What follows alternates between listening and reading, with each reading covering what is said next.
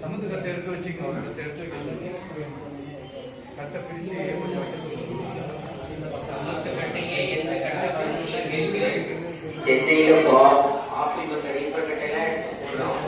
கோபமா வருது. ஆப்பை கட்டி இந்த ரீப்பர் கட்டையெல்லாம் எடுத்து கேள்வியில போட்டுட்டான்.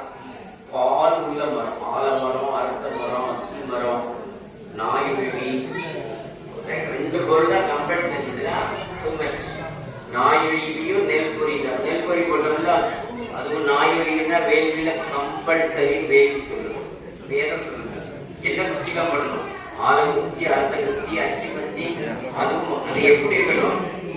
அதை கிழக்கிறது, வடக்கிறது, தெற்கு நோக்கி நின்றுட்டு அதை குச்சி வெட்டி காய போட்டு